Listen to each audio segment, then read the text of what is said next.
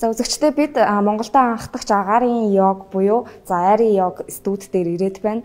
За бид энэхүү студ дээр ирснээрээ агаарын йог буюу айрын йогоор хичээлснээр хүний биед ямар ач тустай байдаг, ямар хэрэгтэй байдаг талаарх мэдээллийг та бүхэнд хүргье. Агаарын гэдэг энэ төрлийг йог болон эрүүл мэндтэй өдөр тутмын амьдралын зөв хөвшлийг суулгах, эрүүл мэндэд хэрхэн нөлөөлөх вэ те энгийн хүмүүс ч гэсэн хичээлэх боломжтой гэдэг талаар нь хүргэлийг түлхүү зорж гаргасан байгаа. Ерөнхийдөө үүсэл хөгжилт нь бол Европ болон Америкаас гаралтай.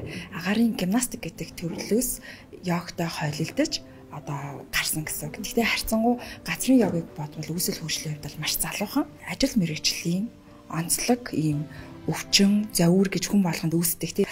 Йог гэдэг маань өөрөө дотоод гоо сайхан буюу эрүүл мэнд, сэтгэл санааны эрүүл байдал дээр тулгуурлаж ажилладаг. Маш олон залуу хүмүүстэй өөрийнхөө завүрийг ингээд тойхгүйгээр ингээд ажилдаг. Өвчин өөрөө залуучсан, нурууны өвчин гэдэг өөрөө залуучсан. Тэгээ манай дээр ирж хамрагч байгаа хүмүүсийн 70-80% нь бол нурууны завүртай. За үлдсэн хувь нь бол илүүдэлчин болон сэтгэл зүйн асуудалтай байдаг гэсэн. Тэгэхээр йог маань өөрөө хүн болгонд өөр ач холбогдол өөр зүйлийг өгдөг гэсэн. Тэгэхээр яг би йогийг спорт, шинжлэх ухаан, ангаах энэ гурийн нийлмэл зүйл гэж үздэг. Тэгээд илүү урлаг тал руугаа бас хөгжүүлэхийг зүйлийг зарж байгаа. Анхан шат маань эхний 2 жилийн хугацаанд тайлж үед нь орж болно. Хичээлийн айлж процесс үед нь орж болно.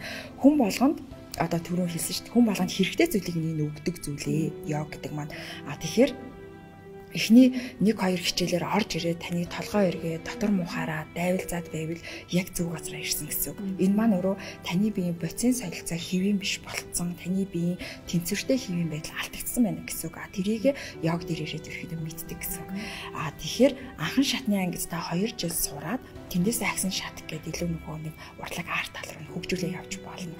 Багш болох хүсэлтэй хүмүүсийн хувьд болохоор харьцангуй нэг багш өөрөө их мундаг сайн хийнэ гэхээсээ илүү багшлах арга барил талаас нь хүнд яаж хүрэхгүй те хүний биеийн бүтцийг илүү сайн мэдэх хэрэгтэй гэдэг үүднээс нь заадаг учраас заавал олон жил хичээсэн байх шаардлага бол тавьдаггүй.